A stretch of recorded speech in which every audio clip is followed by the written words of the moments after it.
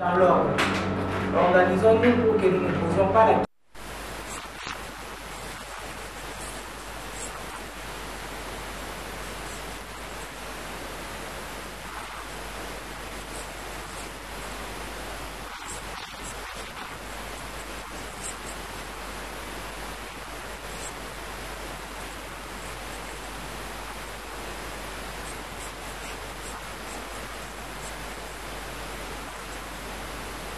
c'est un problème d'entraîneur et c'est un très bon problème. Et ils sont là et ils sont en jambes. Bokila n'était pas tout à fait apte au début du regroupement. Bolingui s'est un peu blessé, vous l'avez vu, contre le Kenya. Mais là, pour l'instant, ils s'entraînent normalement. Il y a le seul qui a beaucoup de temps de jeu en club pour l'instant, c'est Mokani, qui joue. Il y a Bakambu qui revient de blessure. Voilà, un bon problème pour un entraîneur, mais un problème de riche qui est très intéressant. Ensuite, pour dire, je préfère avoir ce problème que d'avoir à cogiter pour avoir un attaquant. C'est un bon problème. Ensuite, les Libyens, on sait que c'est une équipe qui est forte, qui est embêtante à jouer, surtout quand vous êtes à domicile, qui viennent de le prouver en arrachant un match nul au Maroc et en allant gagner au Cap-Vert. Deux équipes solides.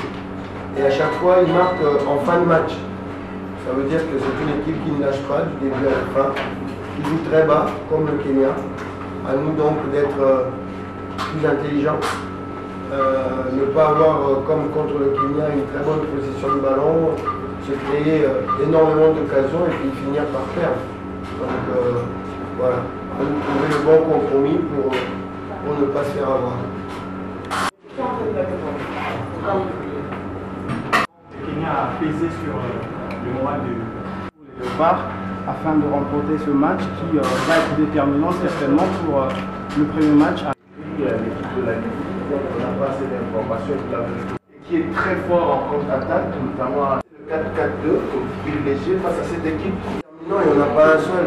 Je crois qu'on est dans un groupe avec des joueurs qui sont capables de débloquer une situation, mais le plus important, ça sera le groupe, le travail du groupe. Quand vous avez une équipe qui joue bas et regroupée, il faut être techniquement bon et bouger le bloc, donc, et après procéder par des changements de rythme.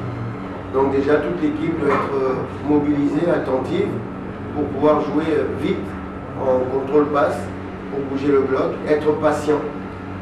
Donc ça, c'est pas une seule personne qui doit l'être. Donc conserver le ballon quand on l'a. Et puis défensivement, je crois que Thierry l'a dit, ils vont vite. Donc tout le monde doit être mobilisé aussi pour éviter la contre-attaque.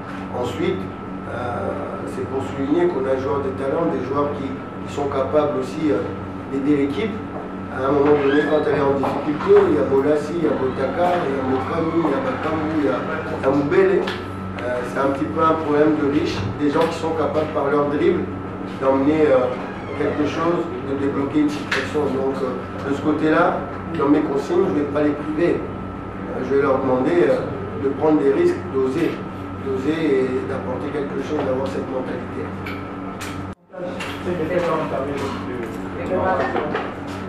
Tu conviendras avec moi que c'est difficile d'évaluer un pourcentage à ce niveau-là. Mais c'est vrai que c'était une défaite plutôt salutaire. Donc au lieu d'entamer le moral de notre équipe, au contraire, ça nous a montré là il fallait travailler. Parce que si vous en refait un feedback de ce match-là, on a une possession de ballon quand même extraordinaire. En première, tout comme en deuxième mi-temps, on a joué carrément ce qu'on appelle demi-terrain.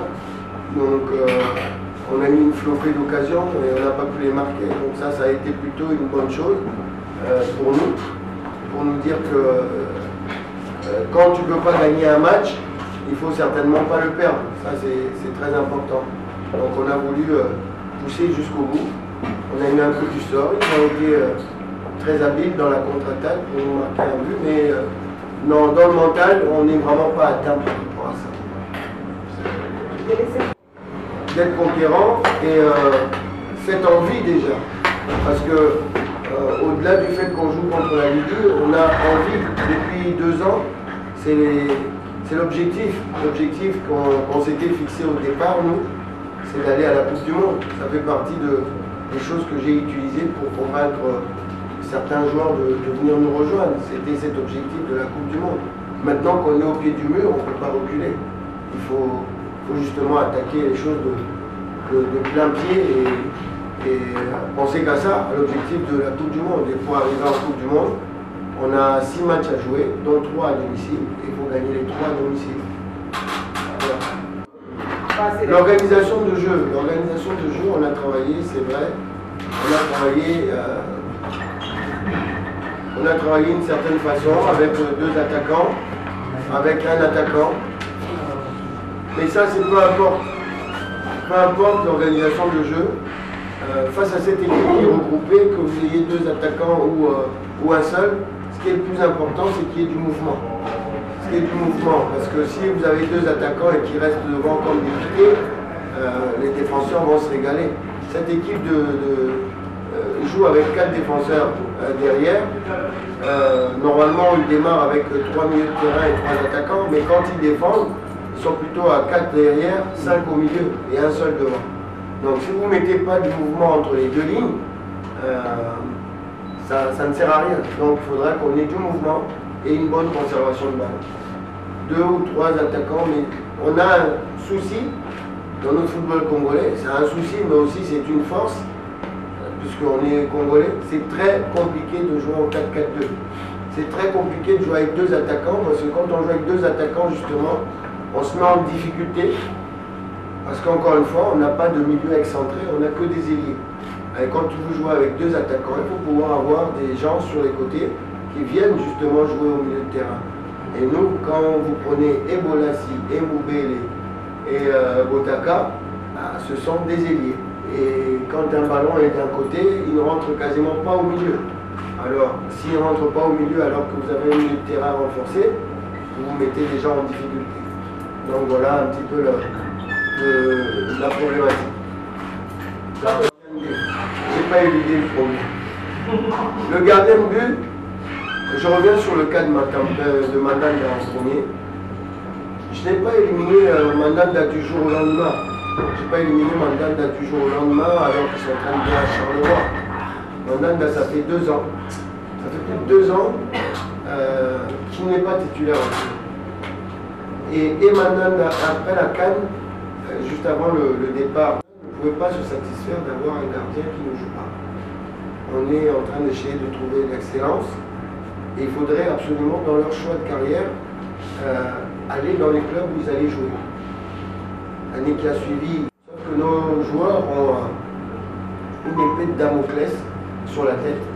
Son club lui a dit tu renouvelles le contrat avec nous. On lui propose de renouveler à la seule condition qu'il renonce à l'équipe nationale. Donc voilà, ce sont des choses qu'ils vivent au quotidien. Là, sur ce match-là, il n'était pas prévu qu'il soit titulaire. Et son club jouant, on a préféré, moi j'ai préféré le laisser dans son club pour qu'il ne se mette pas en porte-à-faux par rapport à ça. Le cas de Matam qui est largement différent du cas de Mandanda, et il le sait bien qu'il est sur la même route. C'est pour ça qu'il prend son temps pour signer dans un club. Il sait que s'il signe dans un club qui ne joue pas, il s'exclut de l'équipe nationale. Le deal est avec tout le monde. Mais pour Matampi, ça fait combien de temps qu'il n'a pas joué? Le championnat du Congo reprend, ça fait que la deuxième journée. C'est pas la même la même distance, le même temps de latence que la parfait maintenant. La parfait, ça fait 2 ans qu'il ne joue pas. Et le moto fait quoi? Le moto, justement, c'est pour remplacer Koudimana qui n'a pas pu venir à la dernière occasion, qu'on a dû prendre un 3e gardien. Le choix de Lomboto se fait tout simplement parce qu'il connaît le groupe. Il était en Namibie avec le groupe. Il n'est pas prévu pour jouer, donc il est là en tant que 3e gardien. C'est tout simplement ça.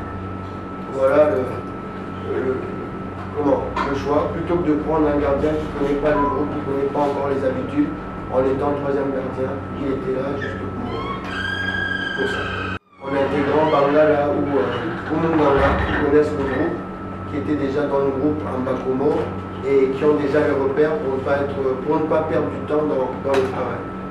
Voilà la raison. Quant au scouting, c'est très important pour nous. Le scouting, c'est toute l'année. On recourt au scouting toute l'année et là, évidemment, il est plus que d'à propos quand on joue un adversaire. Quand vous avez scouté un adversaire, c'est un petit peu plus facile de travailler dessus que quand vous ne le connaissez pas. Donc, le scouting, je ferai évidemment appel au scouting tout le temps, sinon je ne ferai pas mon métier complètement. Les systèmes que vous avez instaurés en incorporant Je pense que depuis qu'on est là, je n'ai jamais parlé de ça. Là, on est en train de parler du match. Voilà. Moi, je ne me plains pas. Donc, si je dois me plaindre, je connais les personnes que je dois rencontrer pour ça. Par contre, par rapport aux joueurs, il n'y a aucun souci. On ne parle pas d'argent et on a toujours eu nos primes. Même si ça arrive un peu en retard, on ne parle pas d'argent. Donc voilà, ça c'est la première des choses. Ensuite, la préoccupation de... Non, là-bas, excuse-moi, je ne connais pas le nom. Vous avez souligné qu'on n'a pas marqué contre le Kenya. On a une grande position de ballon, on n'a pas marqué. Mais d'un coup, vous remettez un petit peu en cause l'attaque. Mais bon, les 2 matchs précédents, on a marqué 6 buts au Madagascar. C'est un grand problème. Mais non, mais c'est vrai, à la suite de ce match, on a continué à travailler, on continuera toujours à travailler pour être le plus prolifique possible et pour gagner nos matchs. On a travaillé l'animation, on a travaillé les centres, comme en cadet, en minime, du centre et reprise, on a travaillé.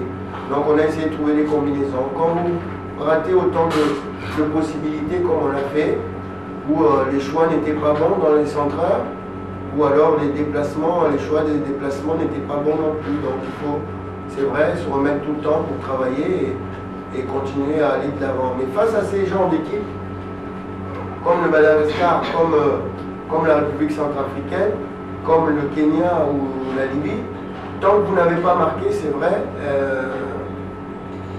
vous allez droit à un match compliqué. Je vous le dis encore une fois, cette équipe fait match nul contre le Maroc, en aller-retour, gagne au Cap-Vert. C'est pas simple, c'est pas rien. C'est une équipe qui est habituée, qui s'entraîne comme un club au quotidien. Donc ils ont des automatismes que d'autres équipes n'ont pas. Donc voilà, c'est compliqué. Mais on continue à travailler et c'est un bon chantier. C'est un bon chantier de travail. Et je crois que nous aussi, on doit pas être idiots. On ne doit pas être idiots, c'est-à-dire que la Coupe du Monde c'est dans 2 ans. Et l'autre Coupe du Monde c'est dans 4 ans. Donc on a un problème au niveau des seniors. Moi je suis entraîneur général. Nos équipes de jeunes ont du mal à avoir des matchs. On a du mal à faire des véritables équipes de 17 ans, 19 ans, 20 ans, 23 ans. Donc on a beaucoup de gamins qui sont un petit peu... qui ne sont pas sélectionnés pour le Congo. Il y en a beaucoup. J'en ai énormément qui postulent pour venir jouer dans les sélections de moins de 17 ans. Mais comme on n'a pas de compétition, bah, ils sont là. Et une fois qu'ils émergent, leur envie première c'était de jouer avec nous. Et une fois qu'ils émergent, eh bien, ils ne viennent plus. ou alors ils vont dans un autre pays. Alors j'ai décidé aussi de temps en temps maintenant, quand on a un jeune de talent qui peut nous aider, eh ben, je l'incorpore dans l'équipe A. Je l'incorpore dans l'équipe A, comme ça on le garde tout le temps. On a cette expérience, je crois que Mavouba, c'est moi qui l'ai emmené. Quand on a fait les Simba Espoir, ça s'appelait Simba à l'époque. Le premier match de Mavouba dans une sélection nationale, c'était avec le Congo. On avait joué un match amical à Marseille et Mavouba avait joué avec nous. Là, il était encore dans l'équipe de CFA. Et vous pouvez demander à Rio, quand je l'avais au téléphone, il me disait, il me suppliait même. Il me suppliait en me disant, fais tout pour que j'aille en équipe nationale. C'était le discours de Rio Mavouba. Donc, il est venu avec nous, il a joué avec nous, et au retour du match contre Marseille, directement, il est parti en pro. Ce gamin-là, il est parti en pro, il a joué en pro, et Domenech l'a appelé pour jouer le tournoi de Toulon. Et il était au Congo, il est parti. Donc aujourd'hui, il serait peut-être un cadre, un capitaine de l'équipe nationale du Congo. Je suis très content de la carrière qu'il est en train de faire et qu'il a pu faire. Mais le Congo a perdu aussi, entre guillemets, un joueur. Il n'y a pas si longtemps, Presnel Kipembe était ici à Kinshasa. Presnel a joué avec nous. Dans une présélection avec l'équipe nationale A, Presnel était avec nous. Je l'ai présélectionné. Et maintenant, il est avec les Français. Donc voilà, ce sont des cas. Je pense que le Kebakio, et je lui souhaite, c'est un élément prometteur. À 18 ans, à moins de 18 ans, quelqu'un qui a fait 15 matchs à Anderlecht ne peut pas être mauvais. Donc c'est un garçon d'avenir. La Coupe du Monde, c'est en 2018, il aura 19 ans. Celle d'après, c'est 2022. Il n'aura que 23 ans. Donc ça, ce sont des éléments prometteurs pour le Congo. Et chaque fois qu'on pourra bloquer des gamins comme ça, je crois qu'il ne faudra pas se priver. Surtout qu'il est venu pour jouer dans un match amical officiel. Avoir cette mentalité de ne pas prendre les adversaires de haut. On savait qu'ils allaient être avec une très grande motivation, c'est-à-dire que c'était peut-être l'occasion pour eux d'aller pour une première fois à la CAN. C'était un objectif suffisamment élevé pour eux, donc ils allaient être motivés à 200%. Et nous, si on se contentait de notre talent, c'est sûr et certain qu'on allait perdre le match. Donc il fallait que nous aussi, nous puissions mettre notre motivation au même niveau que les Centrafricains. Si on était motivés de la même façon que les Centrafricains, le talent allait faire la différence. Et je pense que c'est ce qui s'est passé. Il sera différent. Et je pense même que on n'a quasiment pas besoin de faire des discours dans ce match-là. L'objectif est élevé. L'objectif, c'est la Coupe du Monde. C'est une fois tous les 4 ans. Si vous laissez passer votre chance, c'est dommage. Donc, on doit être suffisamment motivé pour ça. Je n'ai pas besoin de dire autre chose, juste marquer Coupe du Monde. Pour ce match, et comme le coach a dit, la Coupe du Monde, ça vient chaque 4 ans. Donc, nous savons que si on rate cette chance-là, ça sera très difficile. Et les pays et tout sont derrière nous. Donc, tous les joueurs sont très motivés et il y a beaucoup d'anciens comme moi. Il y a Bokal là, il y a Wale Moshi qui doit cadrer les groupes et il y a beaucoup de jeunes dans le groupe. Mais nous savons que c'est la Coupe du Monde qu'on veut. Et on a oublié déjà pour la CAN, on regarde ça jusqu'à janvier. Et c'est la Coupe du Monde qui nous motive.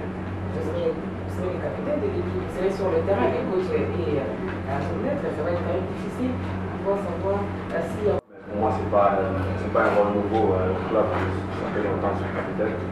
Et les joueurs aussi, ici le travail qu'on doit faire, donc pas seulement moi, il y a beaucoup de joueurs qui sont des leaders aussi. Et dans l'équipe, je crois que nous avons travaillé ensemble, ça fait longtemps maintenant, puis on sait ce qu'on fait et demain, je crois que les autres.